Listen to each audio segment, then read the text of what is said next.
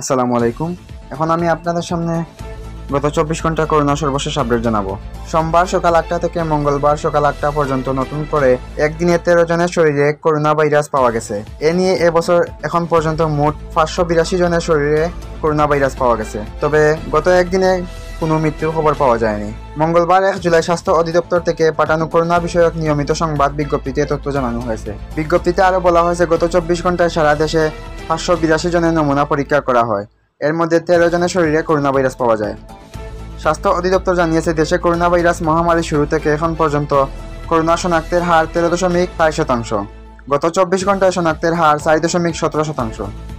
প্রসঙ্গত 2020 সালের 8 মার্চ দেশে প্রথম 3 জনের দেহে করোনা ভাইরাস শনাক্ত হয়। এর 10 দিন পর ওই বছরের 18 মার্চ দেশে এই ভাইরাসে আক্রান্ত হয়ে প্রথম একজনের মৃত্যু হয়।